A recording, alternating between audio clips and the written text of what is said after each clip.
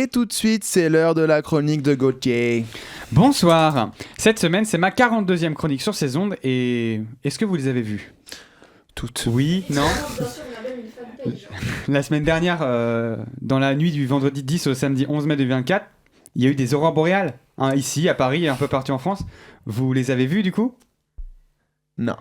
Non, mais il y a des questions auxquelles on préfère ne pas répondre. Alors, si jamais, imaginez, vous les avez vues, vous auriez vu qu'il y avait des aurores boréales, au moins. Mais est-ce que vous avez vu des photos ou bien vous les avez vues de votre propres yeux ? Je vous laisse pas le temps de répondre parce que sinon vous risquez de compromettre l'angle de ma chronique, ou alors répondez juste non. Vous les avez vues de vos propres yeux ? Non.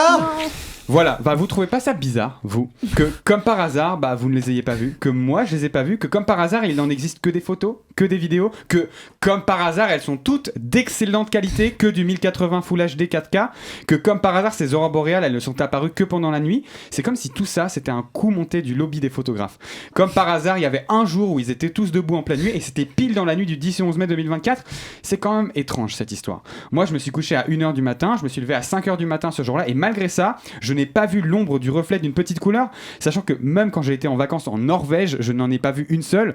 Tout ça confirme donc ma théorie du complot personnel, qui stipule que les aurores boréales n'existent pas, et sont une gigantesque arnaque sortie tout droit du lobby des comptes Instagram dits aesthétiques pour gratter leurs misérables likes au détriment des rêves des enfants.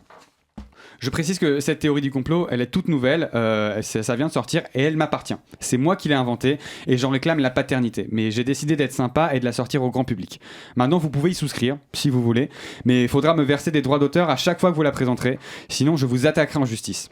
En fait, je préfère assurer mes arrières niveau théorie du complot parce que j'avais raté le coche au moment du 11 septembre. On m'avait proposé une remise de 50% sur les théories du complot, mais moi je pensais pas qu'elles allaient avoir autant de succès, quoi. J'ai pas voulu prendre de risques sur mes investissements. Alors j'ai refusé l'offre. Et vous n'avez pas d'idée à quel point je m'en mords les doigts aujourd'hui parce que les droits d'auteur que j'aurais pu avoir... J'ai même décidé de me reconvertir en marchand de théorie du complot. Il y a tellement de trucs inexpliqués. Par exemple, il y a un truc qui m'a toujours semblé louche avec ces histoires de Père Noël, de petites souris, de cloches de Pâques. Vous le répétez pas trop fort, hein, mais je soupçonne qu'il n'existe pas réellement. Et qu'en fait, ce sont des intermittents du spectacle qui jouent leur rôle. Parce que moi, j'ai regardé toutes les pubs de Noël de Coca-Cola et j'ai remarqué que le petit papa, là, il avait tout le temps les yeux verts, sauf...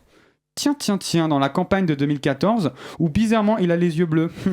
Mais dès 2015, il revient avec des yeux verts. On me la fait pas, moi.